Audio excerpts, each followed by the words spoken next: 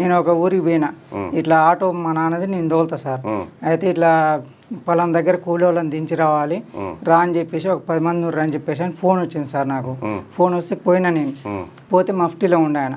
మఫ్టీలో ఉండి చేసి నన్ను ఈయన కొంచెం ఒక 100 మీటర్ల దూరాన ఒక 10 మంది కూలోళ్ళని వేరే దగ్గర దించి రావాలని చెప్పేసి అంటే సరే అని చెప్పేసి అని పోయిన తర్వాత ఆటో వాళ్ళకి పోయాగానే నా ఫోన్ గుంజుకొని చేసి కొంచెం ముందుకు పోయిన తర్వాత ఇంకో 2 మఫ్టీలో ఉన్నారు సార్.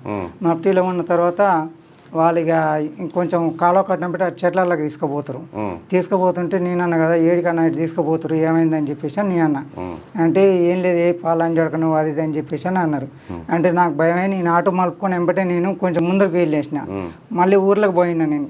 పోతే ఆటోలో కూర్చున్న వ్యక్తి నన్ను గొంతు పట్టుకొని వెనకంగా 4-5 గుద్దులు గుద్దిండు. ఇటు పోతేనే కాలువ ఉంది, ఇటు పోతేనే చెట్లు ఉన్నాయి, ఇంక బండి పల్టీ కొట్టేటట్టు ఉంది. ఇక అట్లా అని చెప్పేసి అని ఇక నేను పోలే. ఇక ఊర్లోకి వెళ్ళిపోయిన తర్వాత వెనకలంగా 2 బైకులు వచ్చి అడ్డం పెట్టి నన్ను ఆటోల నుంచి గుంజి బైక్ మీద వేసుకుని వాళ్ళు సాగర్ పిఎస్ నుంచి వచ్చినామని చెప్పేసి నా లొకేషన్ ట్రాప్ చేసి కంప్లైంట్ ఒక ఆయన ఉంగరాల సీన్ అని కాంగ్రెస్ పార్టీ నుంచి బీసీ వాళ్ళతో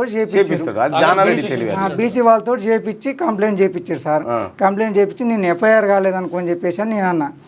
అనుకో నేను పోయిన తర్వాత అడిగి పోయిన తర్వాత ఇక సారు ఏమన్నాడు, ఫోన్ గుంజుకొని ఏం రావాలి అంజాక గుద్దవలసిందా నీకు, జానారెడ్డి సార్ మీద ఇట్లా పెడతావా చేస్తావా అది అని చెప్పేసి వాళ్ళ కొడుకులు బాధపడతారు. అంటే మరి కొడుకు ఇక ఇది ఒకటి గమ్మతే మల్లన్న గారి మీద కూడా నా మీద కూడా నా శివయాత్రలు నేను నాడు చూపిస్తుగా శివయాత్రలు ఇవన్నీ నేను లైట్ తీసుకుంటా. జానారెడ్డి గారు ఇలా ఓట్లు కావాలి కానీ వీళ్ళ అభిప్రాయం వద్దు. బీసీల లెక్క తారుమార్కు నువ్వు బాధ్యునివి కాదా? ఎంత దుర్మార్గం అంటే వీళ్ళు చూడండి. జానారెడ్డి కుటుంబం ఈ అబ్బాయి పోస్ట్ పెట్టింది సార్, పోస్ట్ పెట్టడాన్ని మేము సమర్థిస్తలేం, దాన్ని ఖండిస్తున్నాం. కానీ అతన్ని తీసుకుపోయి కొట్టడము, అక్రమ కేసులు పెట్టడం, మళ్ళీ బీసీలతోటే కేసులు పెట్టిస్తాడు. ఇంకా రెండోది ఏంటంటే